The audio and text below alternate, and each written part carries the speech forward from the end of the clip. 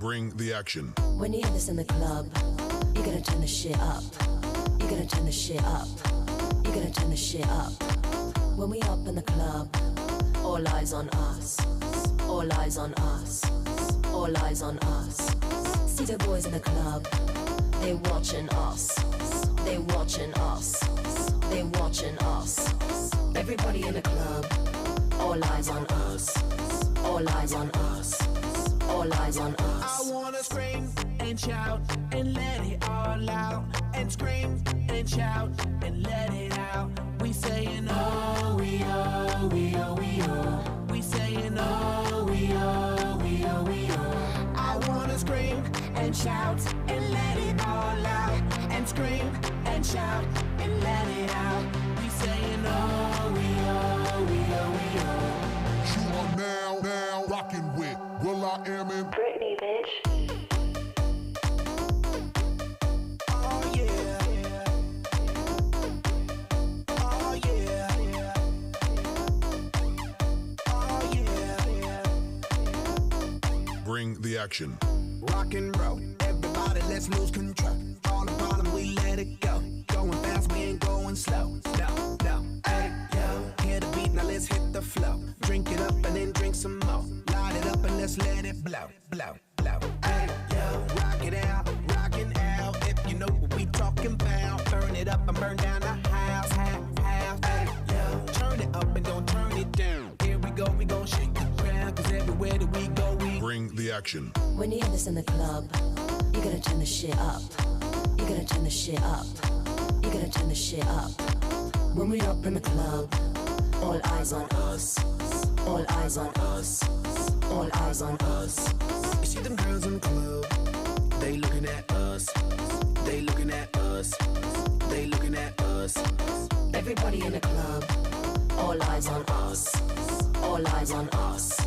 All eyes on us. I wanna scream and shout and let it all out. And scream and shout and let it out. We saying oh, we oh, we oh, we oh. We saying oh, we oh, we oh, we oh. I wanna scream and shout and let it all out. And scream and shout and let it out. We saying oh, we oh, we oh, we oh.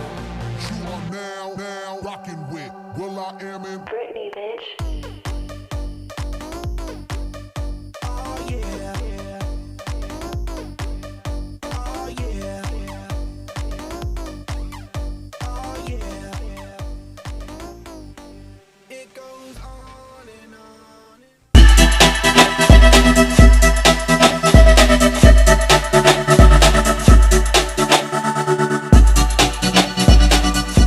Welcome back, everybody. I hope you enjoyed your lunch and you met some interesting people. I know I certainly did. I always try to say hello to people I haven't met before at these sort of things, and I make the most interesting connections. Okay, a reminder that the Google AI workshop on accelerating your AI journey with Vertex AI is now starting in the workshop track, if that's of interest to you.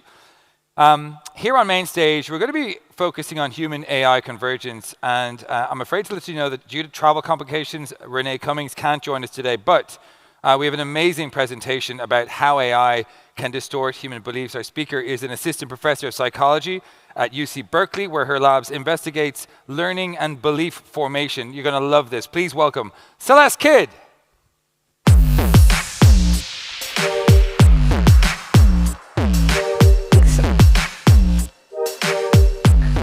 Hello. I just got tenure, so I'm an associate now. It's new. So today I'm going to talk about how AI distorts human beliefs. My lab at UC Berkeley works on both biological intelligence and also artificial intelligence. We're interested in how biologically intelligent agents form their beliefs, and then we're also interested in how new technologies impact those beliefs. I don't need to tell you guys that AI is everywhere. And I'm sure you've heard countless promises about how it's going to democratize knowledge and revolutionize industries. But what I want to talk about today is on what you're not hearing. I want to focus today on how careless integration of AI into people's lives compromises their access to truth and everybody's collective ability to communicate and make decisions all together that serve us best. Most of you have probably heard about problematic biases at AI models. This is a topic that's come out quite a bit today. For example, this is a Bloomberg investigation that was led by Leonardo Nicoletti and Diana Bass about how the Stable Diffusion model amplifies negative stereotypes about both race and gender when generating faces from text-based prompts. For categories relating to crime, the model generated almost exclusively black and brown faces. More than 80% of the images generated for English language keyword inmates were people with darker skin tones, despite the fact that people with darker skin tones make up the minority among both the worldwide and also the US population. The US has one of the highest rates of incarceration around the world, and still it is majority white people who are inmates. It is not majority black and brown people. So this is a case where the Stable Diffusion model is amplifying a bias. It's not just amplifying a bias, it's creating a negative stereotype bias that is not there. Not only is not there in the world, also going beyond what is in the training data set. And this is not just about text-to-image models that are generating faces. It's also other generative AI tools. This is Sherry Wong, who writes about this quite a bunch. If you're interested in that, you can check out her work. It's also facial recognition AI. This is Deb Raji, who maybe you recognize because she's the person who pointed out that facial recognition for black faces was not working at the rates that the developers were claiming it to work at. And despite not working correctly to identify black faces, it was overwhelmingly being used to police black faces. And there's also extensive documentation about biases in large-scale language models, like the work of Timnit Gebru, who's now the director of DARE and is a former Google AI ethicist. Most of you also probably know that AI has a tendency to fabricate information in the output. These are sometimes called hallucinations. I'm going to call them today fabrications. And today, developers generally acknowledge these problems, but often do so while minimizing their scale and also minimizing the impact. They promise solutions are on the horizon, but don't provide clear and sensible explanations on how they plan to achieve the promised solutions. This is a tweet by Sam Altman talking about fabrications in the output of ChatGPT. He says this is going to take continual iteration and lots of input to get right. To find the right balance, we will likely overcorrect several times and find new edges in this technology. We appreciate the patience and good faith as we get to a better place. There's not a clear explanation here how we get to a better place. Mitigation promises have thus far proven empty. And today I'll walk you through why I'm saying this, and I also hope to emphasize why it's important to understand these issues before you integrate current AI models, especially generative AI models, into your business, your government, your policy, or your personal practices. I am going to highlight just two of what I think are the biggest problems from a perspective that you don't hear very often when you talk about AI, which is one of human psychology. This is crucial for understanding how we can have more effective policies and practices that protect people from not being able to access truth, from being fooled by fabrications. I'm going to throw quite a lot of information out there, so I also wanted to say, in case you're wondering if it's rude, I was like, please feel free to take pictures of any slides with the references that speak to you, and then I'll also post them on my Blue Sky account. I'll also be here today and tomorrow, so if any of the things I say speak to you, please come up and talk to me. I love having those conversations about how these issues pertain to what you guys are doing. Okay, so without further ado, the first problem. AI transmits harmful, stubborn biases and fabrications to the human users that are using them. And once they have been transmitted to a person, they are not easily correctable. Once a bias or inaccuracy is transmitted from the model to a human, the window of opportunity that you have in order to correct it has already closed very rapidly. And once that happens, when a person has a belief with high confidence, you now should expect that it's going to be transmitted between people potentially in perpetuity. So even if you fix the model eventually, that fabrication that got transmitted to a person is passing along people forever after that, even if you stop using that model. This is because of what we know about human psychology and the fact that people come to these models at a particular, very special, very, very precious, beautiful moment. People come to these models when they have uncertainty, when they're interested in learning something that they don't know.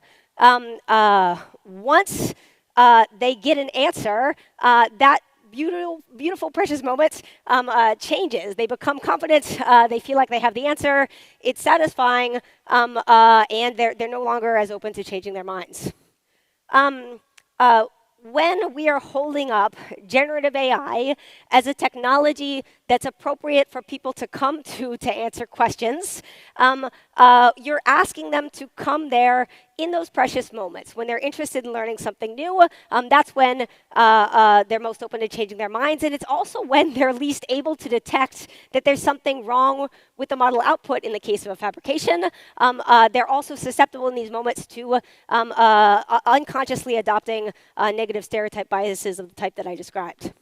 Once a person receives the answer, uncertainty drops, curiosity is diminished, and even after, even if you try to correct explicitly a false belief somebody has, we tried for years to do experiments like this, they're not really listening. The moment has passed. It is not easy or maybe even possible for somebody to pay attention to information even when they think that they know it, and that's just how we're designed.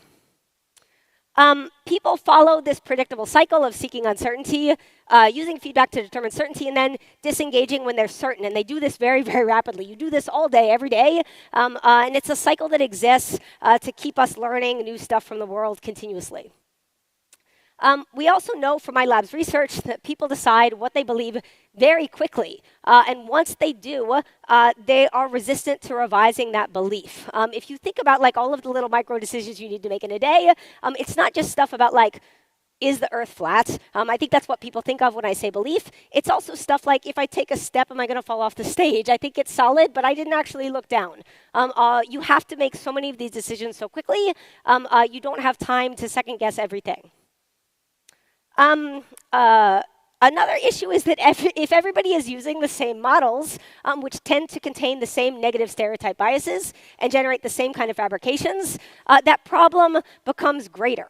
The biases and fabrication from the models are more widespread, so they circulate among more people, and people also reinforce the biases and fabrications in each other because they're all getting information from the same place. That would be true even if you fix the model later or you abandon use of that model. This is an example from some great work by Lisa Fazio that's showing that even when somebody knows something isn't true, the more they hear it repeated, the more they start moving towards believing that it might be more true. Repetition, having these models do the same thing over and over again, and having people absorbing information from the same source means that people could believe something to be more true even when they started out pretty sure that it wasn't. The more people believe in something, the more people also change their minds about it. So for most stuff in the world, you don't really know. This is not a conscious process, but what you're doing is you look around and you see what most people think. If most people think something, then you tend to adopt that belief too. So if everybody's using the same thing, they're seeing the same fabrications and biases, you're much more likely to move towards them, even if you yourself haven't had contact with these models. So when a developer tells you that they know the model isn't perfect yet, that it has sometimes some biases or some fabrications, but it's going to require use in order to fix them, or if you yourself notice these things, you're not going to notice them in natural use because what people tend to do with generative AI models, especially LLMs, is they're asking them things that they don't know the answer to. I would urge you when you're considering using something to play with it, ask it about stuff that you do know and look at what the rate is of it making errors.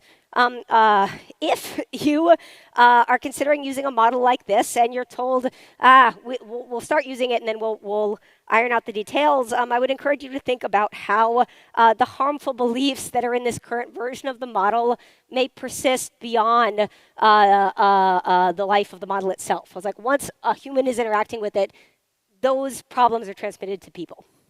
And once they're encoded in people's minds, it is very, very difficult to get them to revise. Another way of saying this is that you should expect harmful beliefs caused by AI models to persist in the population even after you fix the model. This is a really, really important point, and it's not said very often, in large part because there's not a lot of psychologists commenting on these issues. It is something that could be compared, I think, fairly to something like food or drugs. It would be crazy if you said, I don't know if this medicine is safe, but how are we going to know unless we give it to a lot of people? Let's give it to a lot of people and see if they get sick. If they do, then we'll fix it. That would be unacceptable. I do not think it is out of the realm of possibility that we consider viewing generative AI models that are giving information to people in similar ways and require transparency and require testing. Okay, on to number 2, the second big problem, and this will be shorter. AI models cannot democratize knowledge. They cannot deliver equitable results to all people because people's language encodes features of their identity. If you've ever heard someone speak, you might notice that you can make a lot of good inferences about who that person is. You can guess whether it's a man or a woman.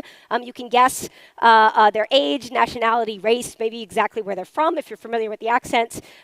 There's even information about political affiliations and values encoded in the way that someone speaks. We know that these aspects of a person are present in their language from decades and decades of sociolinguistic research.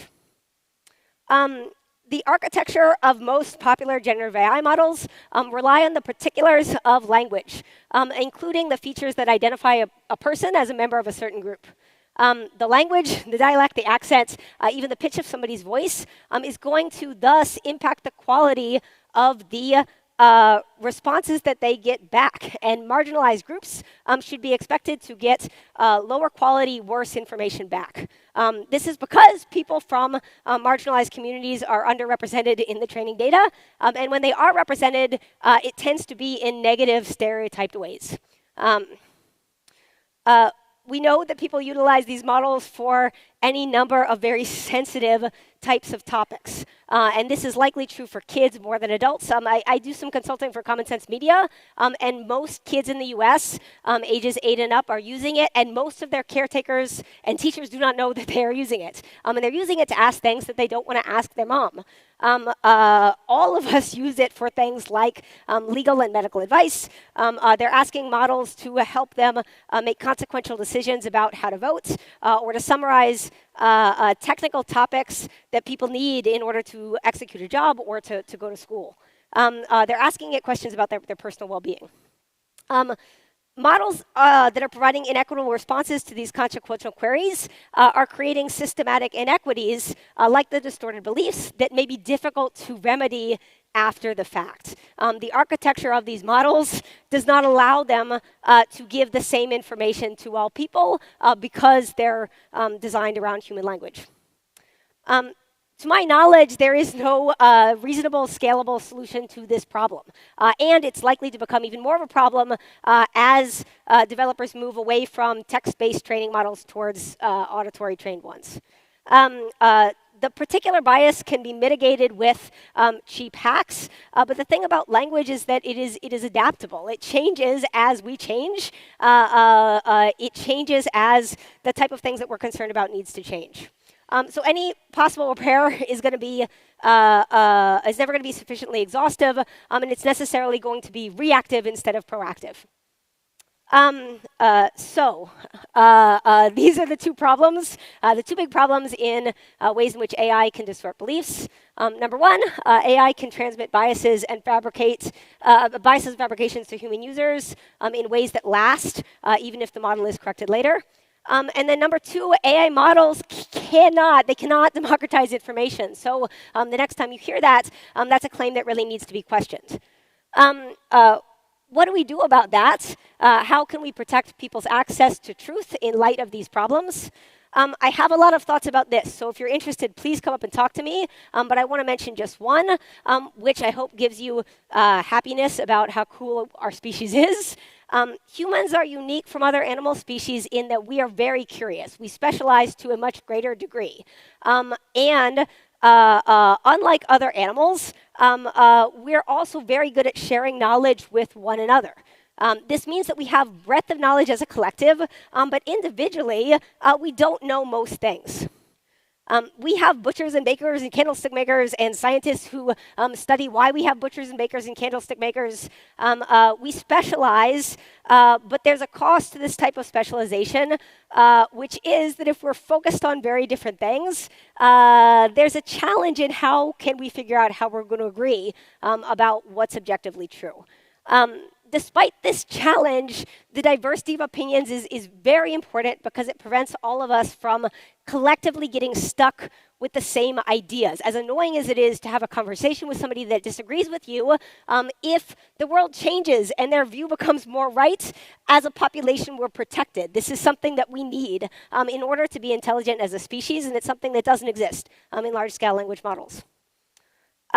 To close, we have to preserve the diversity in human experiences and beliefs, and we need to design AI technologies with that in mind. And I think this is something that is not popularly thought of, but it's very doable and I think very possible. And I encourage all of you that are thinking about these issues to, think about how your company, the things you're developing, might be able to do this.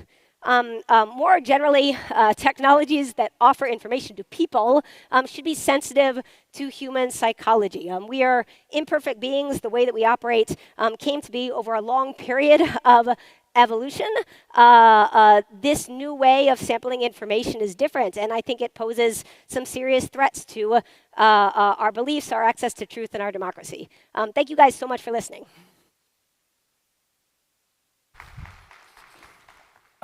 Celeste, that was amazing. Yeah. I think we have a little time for questions. Well, we probably don't have time for questions, but I actually wanted to ask you one thing. Yeah. When you talked about these, this misinformation persisting after you fix the problem in the model, right, that really made me think of Andrew Wakefield and his link to autism with vaccines, right? So he was discredited, he was struck off as a result of, drawing this link between autism and vaccines, which did not exist. Right. And yet now we're hearing that RFK is going to reopen this investigation, which is not based on any good science. It's a perfect example of how, once you come out with something and give a population, the bad information that can just stay out there, even though we know that information has been corrected. Yeah. How do we fix that with AI? What I was working on a few years ago was that. So we were working on, with funding from the Walton Family Foundation, if somebody has the wrong idea, it doesn't match empirical evidence in the world, how do you shake overconfidence? And I can tell you after 3 years, I can't say it's impossible, but I can say it's really hard. We threw at it everything we had.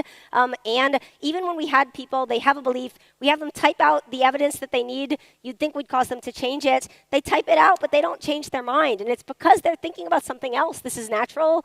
This is the way that it has to be so that we keep operating the world. We keep exploring the new stuff. If you second guessed every step, whether or not the ground was solid, you don't move anywhere. So we have to be like this. The goal shouldn't be everybody having perfect information all the time. We need to acknowledge that everybody mostly has bad information about stuff, and that's okay so long as you have your bad ideas with high uncertainty. And then you're going to listen to an expert when they talk. Yeah. So, Ladies and gentlemen, Celeste Kidd. Thank you.